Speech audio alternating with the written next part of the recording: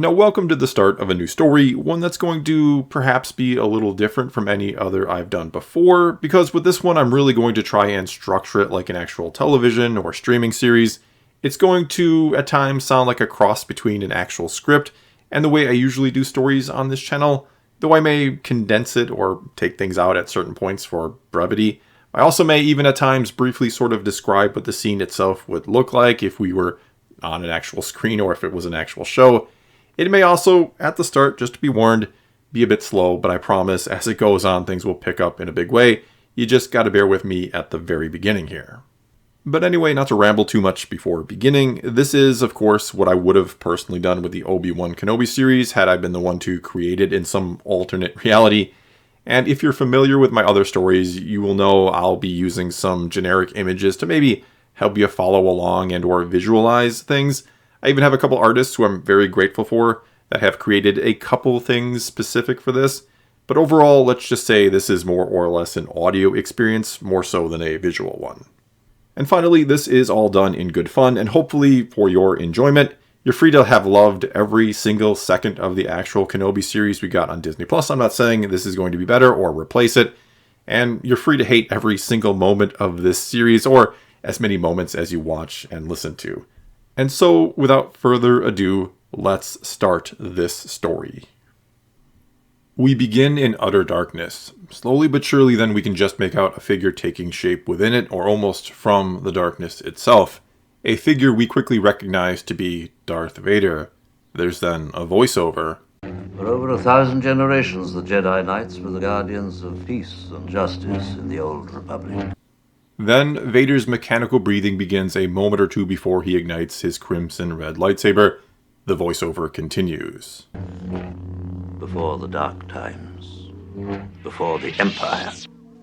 Next, we're watching what's essentially a montage of different scenes or scenarios where Darth Vader cuts down Jedi, one after another. Some of these Jedi we recognize from elsewhere, from other parts of the story that we've seen before, while others we are not so familiar with, or familiar with at all, but all suffer the same fate and fall before the might of the Dark Lord of the Sith. As the slaughter continues, Vader's breathing gets louder and louder, almost deafening, until it's all that can be heard, blocking out the humming and clashing of lightsabers, as well as the tortured scream of the dying Jedi. But then suddenly, Vader's mechanical breathing becomes the heavy breathing of Obi-Wan Kenobi, and we watch as he wakes with a start, sweat covering his bearded face. After taking a few moments to gather himself to push the nightmare from his mind, he gets up and walks to a window in his small, cramped home, and out it we can see the second of two suns just now peeking up over the sand dunes of Tatooine. Soon enough, Kenobi begins to move about or go about the start of his day, almost like a programmed droid, like this is all something he's done 1,000 times before in this very same manner.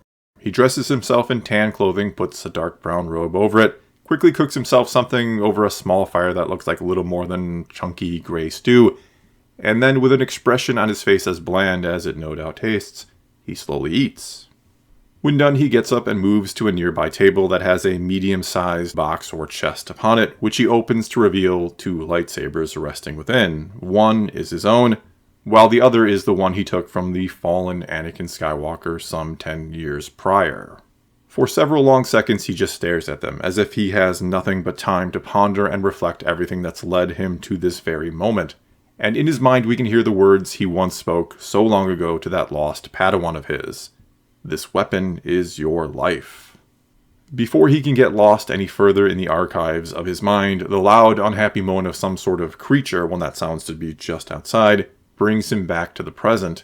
He then takes one last long look at Anakin's saber before he grabs his own, tucks it into his robes, closes up the box and heads outside, and towards an Eopie laying on its side, clearly quite ill.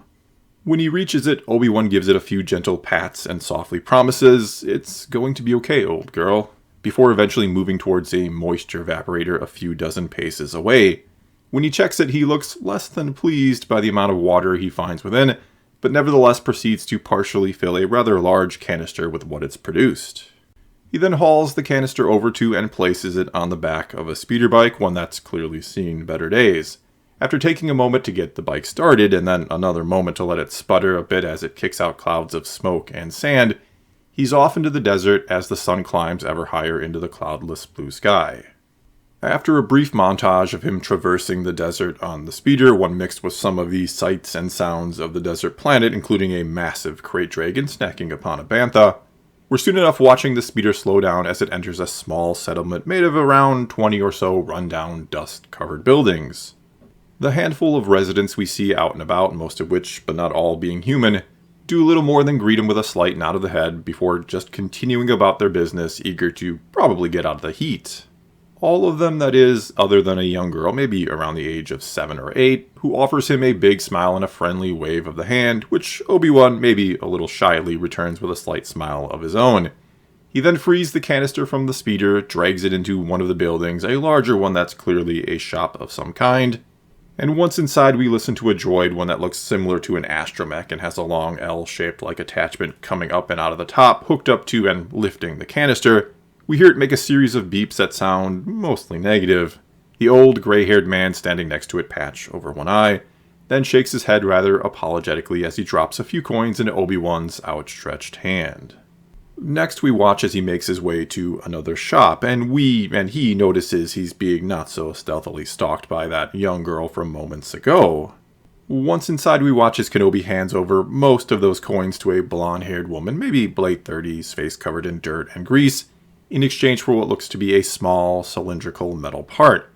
Obi-Wan then spots a bowl full of brightly colored fruit, set upon the counter between them, and asks, "How much for one?" "Well, that kinda depends," the woman responds with a knowing grin. "Depends on what?" Obi-Wan asks back, a faint look of innocence on his face. The woman then continues, "On whether or not it's actually for you this time." The woman then looks to one of the windows, as does Obi-Wan, where the young girl's face is peeking in. As soon as she spotted, she lets out a giggle, and the face disappears. The woman then reaches for the bowl, grabs 2 pieces of fruit, and says, "How about one for each of ya?" Obi-Wan smiles and begins to pluck one of the few remaining coins from his hand, but the woman shakes her head, giving him a look that is trying to hide both interest and concern for him, as she says, "These 2 are on me." Obi-Wan looks like he's about to protest, but she continues, "You're one of my best customers, Ben. One of the few around here who doesn't go to those damn dirty little Jawas." She then averts her look, and it seems like she's going to ask something else, or is looking for courage to ask something else. But before she can, Obi-Wan quickly grabs the 2 pieces of fruit from her and says, "This is very generous of you, and I really do appreciate it, but I should be on my way. So much to do yet before the sun's set."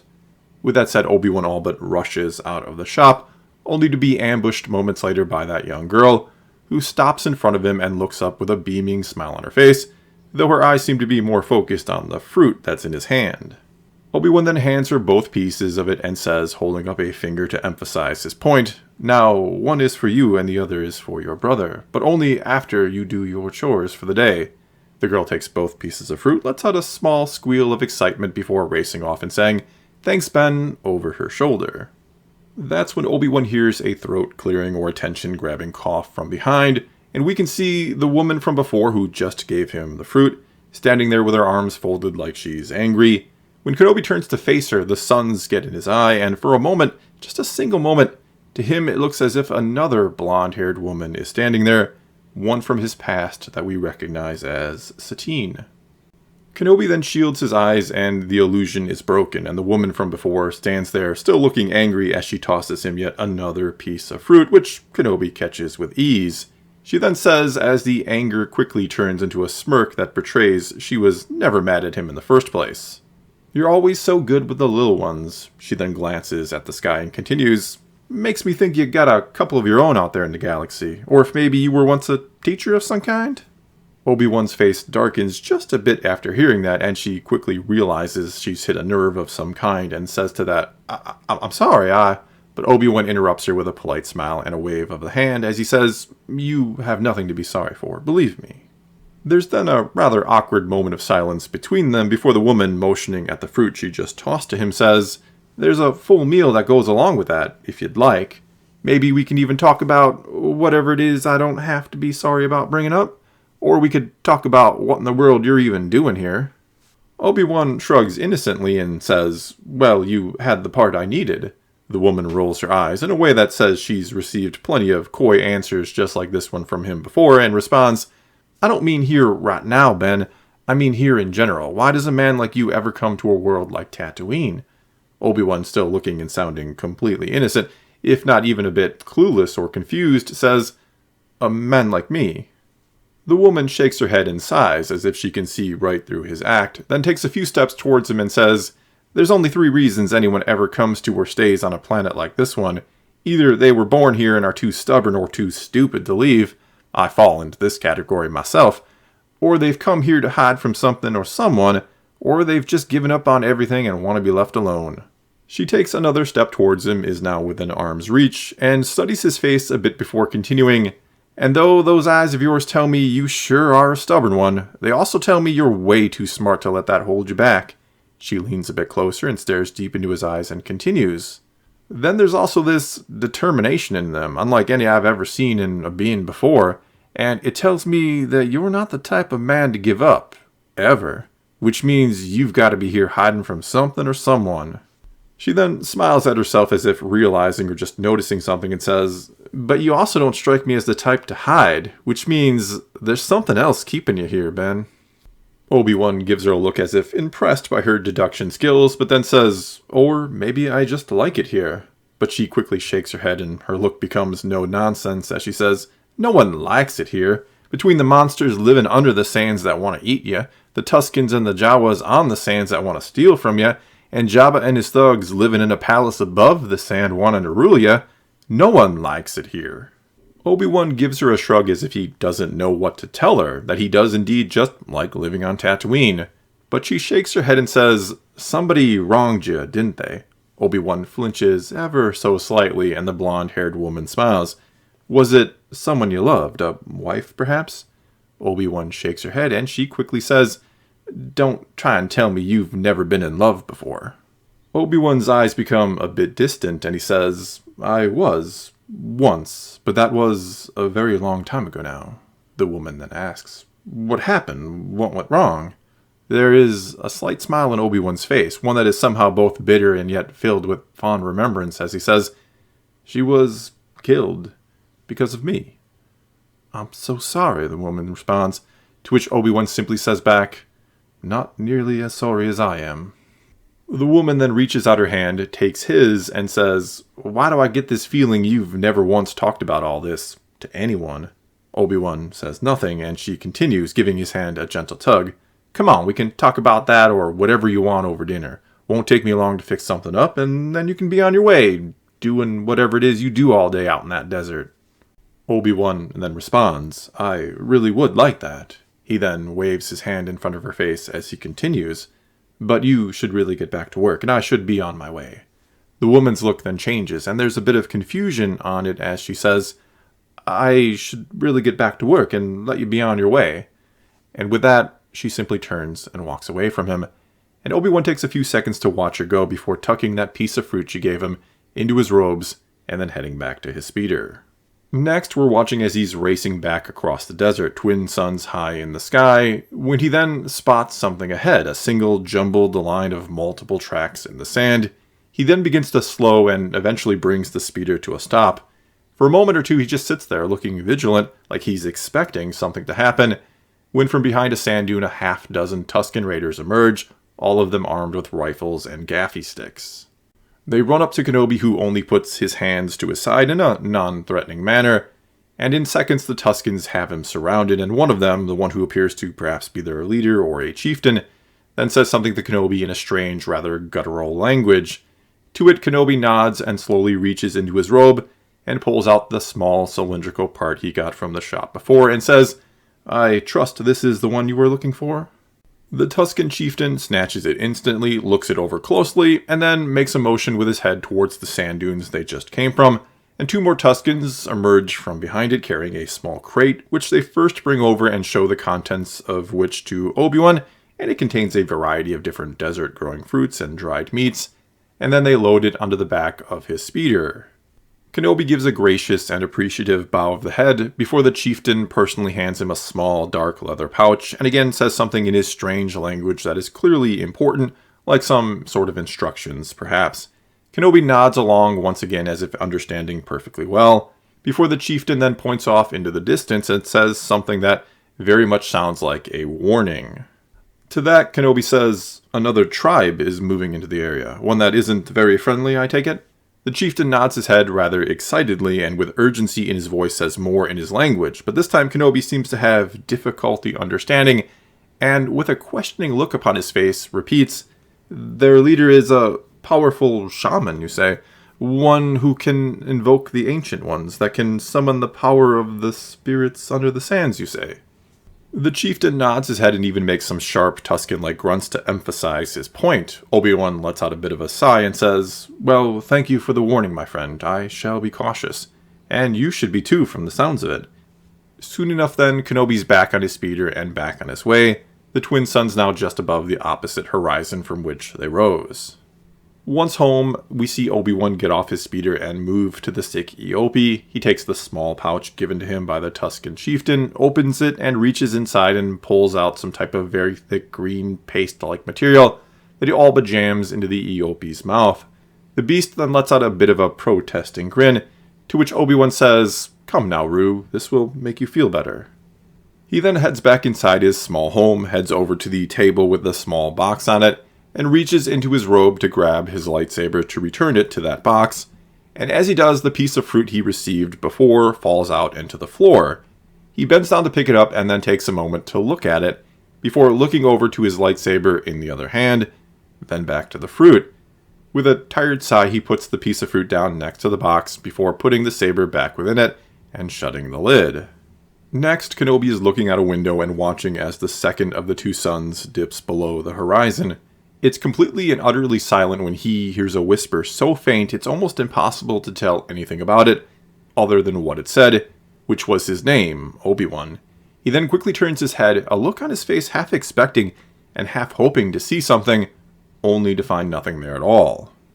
The rather hopeful look on his face fades, and the complete silence returns, only to be shattered a moment later by the loud sounds of festive music blaring, as we switch scenes and find ourselves in Jabba's palace at night, during some sort of party or celebration, where Jabba himself is watching and enjoying a small musical number that features several scantily clad dancers from many different alien species.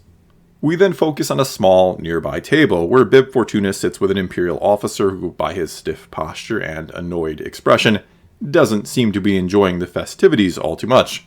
Over the music, we then hear the officer say to Bib Fortuna, though his glare is focused upon Jabba, when will he finally be ready for negotiations? Bib Fortuna grins and says back in Huttese, I've already told you, Jabba does not negotiate. He has given you his terms. Now you must decide if you take them or leave them. The Imperial officer shakes his head and says back in Basic, the Empire is willing to pay his outrageous price, but only if he allows us to handle the operation ourselves. Bib Fortuna shakes his head and responds, this is not acceptable. Too many more Imperials on Tatooine would be bad for business. Besides, Jabba has already assured you that all will be handled to your specifications. The officer leans a little closer to Bib Fortuna and continues, his look almost verging on threatening. I don't think Jabba appreciates both the urgency and delicacy of this operation, or the fact that the Emperor himself would see this as a personal favor, one that would continue to keep his attention far away from matters of the Outer Rim. Bib Fortuna then smiles and says back, from what Jabba hears, your Emperor has more than enough problems elsewhere to keep him busy already. Ending his friendship with Jabba is not something he would want added to that list of concerns. The officer gives a tight-lipped smile, sits back, straightens his uniform, and says, we're willing to pay double if need be. Bib Fortuna responds, shaking his head rather vigorously, all the credits in the galaxy cannot repair Jabba's reputation if he is seen as being taken over by the Empire as well. Bib Fortuna smiles and continues, and so we are prepared to hold to the initial terms, which will see you pay far less and will yield the same results in the end. I see it as Jabba doing your Emperor a favor. The officer sighs and says, and where will Jabba find the workforce required for such a project? We could provide, but Bib Fortuna shakes his head as if that's a trivial matter and says, this is not something the Empire need concern themselves with. The officer is quiet a moment, thinking, then says, Allow one Imperial squad, no more than a dozen troops, to oversee and secure the operation, as well as, of course, the Emperor's own advisor on this matter to oversee everything, which also means he'll be reporting directly back to him, letting our glorious Emperor know just how strong and important Jabba's friendship with him truly is. Bib Fortuna thinks a moment, then glances at Jabba, as if wondering what he'd say to that, but his attention is quickly drawn to one of Jabba's dancers, who isn't putting in the effort into her dancing and is starting to be noticed by Jabba. Bib, though, turns back to the officer and nods his head and says, "This would be acceptable," before getting up and quickly moving towards this dancer, who is of an alien species we've never seen before. Bib then roughly takes her by the arm, causing a nearby Weequay guard to flinch like he's about to charge forward and defend her. But the two, the Weequay and this dancer, ever so briefly lock eyes, and he stops himself and falls back and looks away as if something else has drawn his attention, though this Weequay still continues to watch the two out of the corner of his eye. Bib Fortuna doesn't notice any of that and says to her, "You live only to serve and entertain Jabba now, and if you refuse this life, it shall be your death that entertains him." His eyes then glance down towards the grating on the floor, where underneath there is almost certainly a hungry Rancor. Bib Fortuna then lets her go, and she once again briefly locks eyes with this Weequay, before she goes back to dancing, this time with a large, clearly feigned smile on her face. Next, we're taken back to Obi-Wan's small dwelling, where it's now morning and we're soon watching a sort of montage of Obi-Wan going about what clearly seems to be his usual daily routine, everything from checking on his EOP, who does indeed seem to be getting better, to emptying the evaporator, to spending time doing maintenance on his speeder, to eating the meats and fruits he received from the Tuskens, and even doing some rather vigorous lightsaber practice or training. We then see this very same routine over and over and over again in rather quick succession, showing us that several days of this exact same thing are going by. Finally, things slow down to real time once more, and we see another Tatooine morning has come, with the second of two suns peeking up over that horizon. And we find Obi-Wan standing at the small table once more, the table with the box upon it, which is opened, and we can see both lightsabers resting within. While next to that box, is still that same piece of fruit he received before, though now it's looking a little riper than it had been then. Obi-Wan starts to reach for the lightsaber, but then stops himself and picks up the piece of fruit instead. And as soon as he does, he hears a female voice behind him say the name Ben, and he turns around and suddenly everything has changed. Everything is sort of blurry and or out of focus, and he's in some sort of force vision or experiencing a memory, or a combination of the two, perhaps. All we know is Obi-Wan now looks young, like a teenager perhaps, and he's essentially dressed in dirty rags as he hands a piece of fruit down to a young, blonde-haired woman sitting next to him, one that's around the same age as him and is also dressed in dirty clothing. While the two are in some sort of old, run-down building by themselves, outside there is just darkness, while inside a dim electric lantern offers them a bit of light. "Here, eat this, Satine," Obi-Wan says as he hands her this fruit, but the young woman shakes her head and says, "That's our last one, and I know you're just as hungry as I am." But to that, Obi-Wan shakes his head and says, "Take it, really. Qui-Gon should be back soon. He'll have something for us to eat. I can wait." Satine frowns, still refuses to take the fruit, and replies, "That's what you said yesterday, and the day before that. But what if..." Obi-Wan cuts her off and quickly says, "Nothing has happened to him. Qui-Gon is fine." His eyes then grow distant, as if concentrating on something far off in his mind. He then says, as if sensing something, "If anything had happened to him, I'd be able to feel it." Satine seems confused by that and asks, "You can communicate with him through the Force?" Obi-Wan breaks his concentration and grins. "No, not exactly, but a master and apprentice do develop a rather strong connection through the Force, one strong enough that I can usually just know if something has happened to him." Satine gives him a look as if that doesn't make sense, so Obi-Wan explains, "You see, each and every living thing in the galaxy is like a point of light, and the Force connects all of them like a giant web, you could say." Satine gives him a curious look, like this sounds a bit silly, but Obi-Wan continues undeterred. "When you're sensitive to this web, to the Force, like a Jedi, and you're also emotionally close to someone on it, you can just feel them through it. And when something bad happens, it's like this tremor hits you, letting you know." Obi-Wan smiles awkwardly, realizing his words likely don't make much sense to her. Satine then says, "Close to someone emotionally? I thought Jedi weren't allowed to be close to anyone, to experience emotions like love."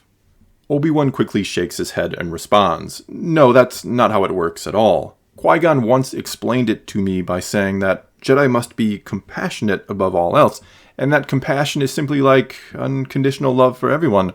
One could even say love is the very foundation of a Jedi's being, that without it we could not be what we are."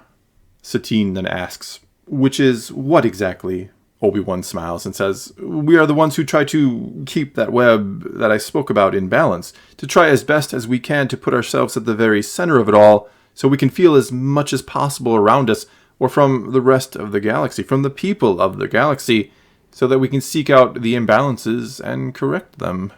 Satine's face grows ever more inquisitive, and Kenobi continues, "And then when all around us is balanced, when the Force is in perfect harmony, we're supposed to feel this profound sense of joy from all these points of light coursing through this web, a feeling that makes up for never being too close to any single one of these points of light, to make up for never experiencing what you might call more possessive love or attachment." Satine looks like she's about to ask something, but Obi-Wan answers the question he's all but certain is coming. It's mainly not allowed because the closer we are to a single point of light on this web, the more we can be blinded by it and to the needs of the others across the web. But that still doesn't mean we never get close to anyone, as we fight to bring peace to the galaxy. Upon hearing that, Satine turns her head and scoffs, "Fighting for peace." The irony of those words spoken together, and spoken by a Jedi no less. Obi-Wan grins a bit sheepishly and responds, "Spoken by a Padawan, actually, one who's simply repeating much of what his master has told him over the years. Much of this I don't understand all too well myself. I honestly don't know how saying I fight for peace makes sense either." He smiles and lets out a small chuckle, and he can hear Satine do the same. He then continues, "Though I'm pretty sure that's exactly what you're doing too, that you're fighting to finally bring peace to Mandalore, to be a leader who changes its warrior ways after countless generations of bloodshed." Satine's head turns back around, and she locks eyes with Obi-Wan as he says, "Though I wonder if maybe there are times you question if giving up everything you want for the sake of others is worth it." Obi-Wan looks down at the piece of fruit in his hand and finishes, "I wonder if you've never considered what your life might be like otherwise, what your life would be like if you just lived it for yourself." Rather abruptly, the memory or Force vision then ends, and Obi-Wan once again finds himself back in his small home on Tatooine, holding the piece of fruit in one hand and his lightsaber, just taken out of the box, in the other. We're watching as his eyes go from one to the other when suddenly we're taken to somewhere else in the galaxy entirely. To a planet where it's nighttime, but instead of a dry, wide-open desert, we're following a cloaked and hooded figure through some narrow streets, awash in the glow of neon signs that hang from tall, multi-level Durasteel buildings, while cold, steady rain falls from the sky. We then watch as the figure quickly moves about, passing everything from beggars of all different species asking for just a couple credits, to other shady-looking characters, and even a small squad of stormtroopers. The stranger then turns and walks into a building, which turns out to be a dimly lit bar or cantina with only a handful of customers within, one of which being a rather shaggy-looking alien seated at a corner table. After this cloaked and hooded stranger offers a slight nod of the head to the Trandoshan behind the bar, which is returned by an equally subtle nod of the head back, the stranger then heads to the corner table and says in a quiet whisper as he sits down, "When did the Empire get here?" The shaggy-looking alien curses under his breath and says, "A couple days ago, and you'll never guess what they're looking for." "Oh, I have a pretty good guess," the stranger says in response as he pulls back his hood and smiles, revealing the face of Quinlan Voss. "They're looking for someone just like me." The shaggy-looking alien looks around nervously as he says, "You might want to keep that hood of yours up. You're still number 2 on their most wanted list." Voss looks almost a little hurt or annoyed and says, "Only number 2?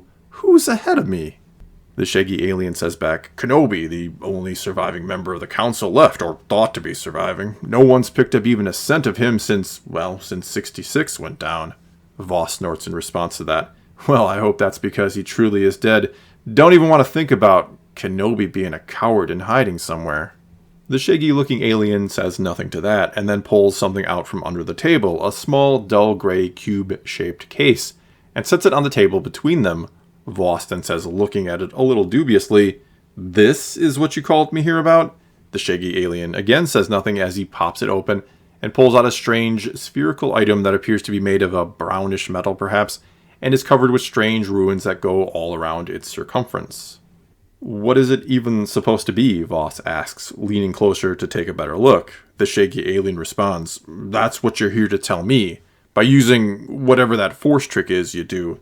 Voss gives a bit of a cool, cocky grin and says, "Psychometry. I can see what this thing has been through, more or less, depending on the item itself and just how much it's been through. It can be a little tricky sometimes." Voss studies it for a moment and then says, "Where was it even found?"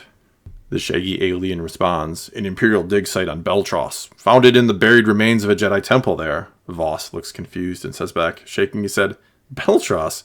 It's a lifeless rock in an empty system. There's never been any Jedi temple there." The shaggy alien then says, "Apparently there once was, thousands of years ago, before Beltros became that lifeless rock." "Before," Voss echoes, clearly not knowing that little fact. He then looks at the item a bit suspiciously, then back at the shaggy alien, and then says, "And just how did it end up in your hands if the imps were the ones who dug it out of the dirt?" The shaggy alien shrugs a bit and simply says, "Couple pirates I know got bold and hijacked an Imperial shuttle. Were a little disappointed to find that this was the only thing it was hauling. They then wanted to move it as quickly as possible after they found out where it was being hauled back to." The shaggy alien pauses, giving enough time to pique Voss's interest before finishing, "They were taking it to the Imperial Palace back on Coruscant." Voss's eyes light up a bit after hearing that, and he then says, "It was being taken back to old Wrinkled Face himself, huh?" The shaggy alien nods his head and says, "Sure was. It's also not the only thing Palpatine's been interested in lately. Some, old friends of mine on Tatooine told me the imps made a deal with Jabba to dig something up, not far from his palace. One of Palp's top advisors, named Purjos or something like that, is the one heading the whole thing up." "Purjos, huh?" Voss repeats with a frown. "Yeah, that's a name I've heard before. There's some who think he knows even more about the Sith than Palpatine does." Voss then eyes the strange relic resting on the table quietly for a few seconds before continuing. "So, Beltros and Tatooine, two dead worlds that weren't always that way. What's the connection, if any?" The shaggy alien grins and says, "Glad you found that just as curious as I did."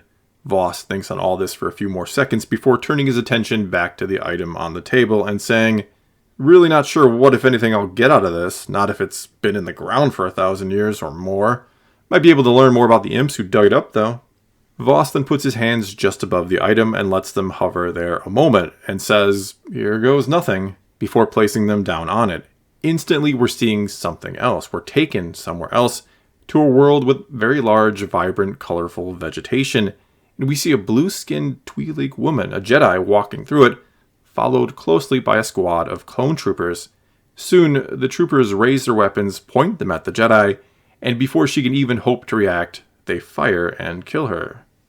We're then back in the bar and watching as Quinlan Voss yanks his hands free of the item, all but flinging himself back in his seat in the process. There's a horrified look on his face, and he's breathing heavily as he stares at the item almost fearfully.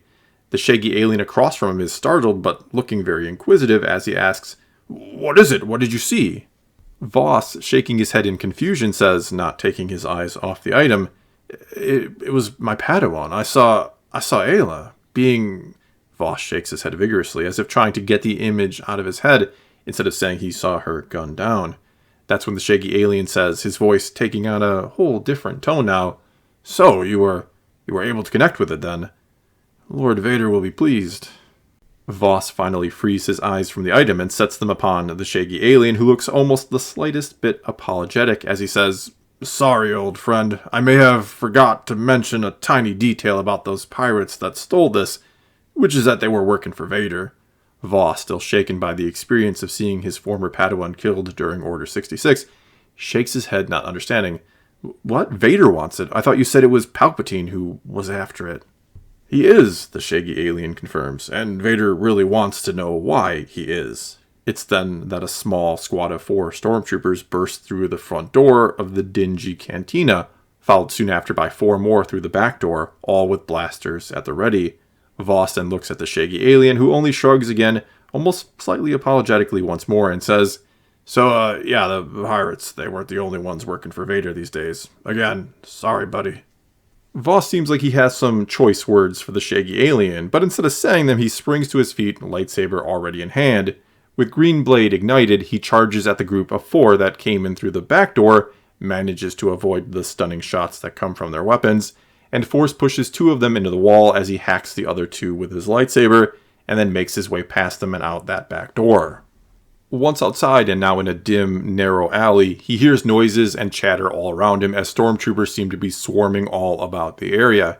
He's about to run when it's almost like he feels an icy chill go up the back of his spine that temporarily freezes him in place. He then slowly turns around and, coming up the alley, he sees a dark shadow wielding a red lightsaber. He sees Darth Vader moving his way fast. After watching Voss take off running the opposite way, we're then taken back to Tatooine, where it's now late at night, and we get a shot of the outside of Kenobi's home, 2 moons in the sky above, before we're then taken inside of it and see Kenobi more or less milling around his home, unignited lightsaber in hand, before he finally moves towards that same old box, presumably to return his saber before calling it a day and getting some sleep. Once there, he does indeed return the saber to the box, again next to Anakin's saber, before taking another long, lingering look at that piece of fruit that still sits next to the box. He then picks it up, weighs it in his hand a bit, and then moves outside carrying it. Once there, he simply picks a spot, sits down cross-legged, and closes his eyes and begins speaking. Master Qui-Gon, I know it's been some time since I last spoke to you, or tried speaking to you. I'm not even sure if you can really hear me or not, if Yoda was right about a part of you living on and that there's still training for me. Because I've been here so very long, and you've never responded, never shown me even a sign that you really still exist, or at least when I was able to notice. Obi-Wan lets out a loud sigh and continues, I'm also not sure how you'd feel about what we decided to do with the twins, if you think I should be training the boy right now, if it was a mistake not to do so immediately and instead give them to their families. But Yoda insisted we weren't ready yet, that we had to reconnect with the Force after the failure that was the Clone Wars, that this training we had to do was even more important somehow. We then briefly focus on Obi-Wan's hand, the one that still holds the piece of fruit, and see it start to fidget as he continues. And yet every day I feel like it gets harder to truly connect with the Force, to not get distracted by, the fidgeting stops and he finishes, by other things, simpler things that I've been denying myself my whole life. And for what exactly? Obi-Wan shakes his head and continues, Every day it gets harder and harder to... He hesitates a moment and then his face wrinkles just a bit, as if he's sensed something. He then finishes, To keep my attention here and now where it belongs. He then opens his eyes to see that there are 3 Tuskens that have snuck up on him and are now standing over him, all with gaffy sticks in hand. And though he manages to roll just in time to avoid one attack and duck out of the way of a second, it's the 3rd one that catches him square in the face and knocks him out. That's when we're above Obi-Wan looking down at his unconscious body. We hear the triumphant roars of Tusken Raiders and the banging and crashing of them ransacking his home as we watch. We then zoom down even closer to his face, and that banging and crashing, or within it, we can start to hear a voice, very faintly calling out to Obi-Wan, calling his name over and over again as if trying to wake him up, and the voice seems to be that of Qui-Gon Jinn. Suddenly, Obi-Wan's eyes shoot open, and instead of an older man who's lived several years in a desert at this point, we once again see what looks like a teenage Obi-Wan Kenobi, like he did in that memory or flashback from before. And just like with that one, everything is once again sort of blurry and just out of focus. And this time, Obi-Wan finds himself seated in a cockpit of a small shuttle, and through the front view screen, he and we can see the blue and white swirl of hyperspace, and sitting next to him is none other than Qui-Gon Jinn. However, Obi-Wan is currently looking down at a piece of fruit in his hand, the one he offered Satine in, again, that previous flashback. He then says, eyes locked upon it, Master, do you ever regret becoming a Jedi? Qui-Gon looks over at him and smiles. I once asked that very same question of my master, when I was about the same age as you, and for a similar reason, I figure. Obi-Wan then shakes his head a bit confused and says, Similar reason? Qui-Gon's smile only grows. You came to care a great deal for Satine during our time protecting her. Something similar once happened to me while I was an apprentice of Dooku. Obi-Wan looks amazed and like he wants to ask for a story, but Qui-Gon says, It'll likely happen more than once, Obi-Wan. That something will challenge your faith, make you question everything, ask why it has to be you who gives up the things you want for the sake of others. Qui-Gon takes a long look at Obi-Wan and can tell he's hitting the mark. Qui-Gon then continues, And I wish I had a good answer to that question for you, but the simple one is, because someone must. Obi-Wan doesn't seem to understand, and Qui-Gon explains, Obi-Wan, there are those in this galaxy who will refuse to give up anything, and because of them, there are those who must give up everything. That is why we Jedi exist, why we have to let go of the things we love, so that others don't have to have them taken away. Obi-Wan's face wrinkles a bit in confusion, but slowly he seems to start to get it and says, just like Satine, she's willing to give her life to see peace finally brought to Mandalore. That's more important to her than everything else, or anyone else. Qui-Gon reaches out his hand and places it upon Obi-Wan's shoulder and says, She will always care about you, and you her, no doubt. But the good you two can do for the galaxy apart from each other, the peace you can bring to so many others as Jedi and Duchess of Mandalore, is what the Force requires of both of you, so that there can be balance, so that millions of others can know the life you're willing to give up. To that, Obi-Wan once again looks down at the piece of fruit in his hand and nods his head as if he understands and accepts that, as if he has gotten a bit of resolve suddenly, which is when, slowly but surely, Obi-Wan's eyes flutter open and he finds himself still outside his home as the first sun of Tatooine is just peeking up over the horizon. The first thing his eyes then focus upon is the piece of fruit he'd been holding when attacked, a piece of fruit that's next to him on the ground that must have been let go when he was hit with a kaffee stick, and that was stepped on and squished by likely one of the Tusken Raiders. With a grunt of pain then, Obi-Wan pushes himself to his feet and quickly notices his home has been ransacked. Once inside, he looks around and is clearly trying to hold back some anger and frustration, which is when he notices that knocked over and upside down on the floor is the small box or chest that he keeps his and Anakin's old lightsaber in. He then quickly moves over to it, flips it back over, and opens it up and realizes both sabers are gone, no doubt taken by the Tuskens, which is when his head snaps up, and mixed with that hint of anger and frustration is now a type of resolve. And without looking at or apparently caring about anything else the Tuskens may have taken or destroyed, he gets to his feet and marches back outside and straight into the desert. And that is where this part ends. Well, that's all I've got for you this time. Now it's your turn to take to the comments below and tell me what you thought of the start of the story. And do please, if you enjoyed it, let me know as much, because if this is not something people are all that interested in me continuing, I'd like to know about that beforehand before I pour tons and tons of hours into a story no one's going to listen to. Either way, let me know what you thought in the comments below, and let's talk some Star Wars. And until next time, thanks for watching.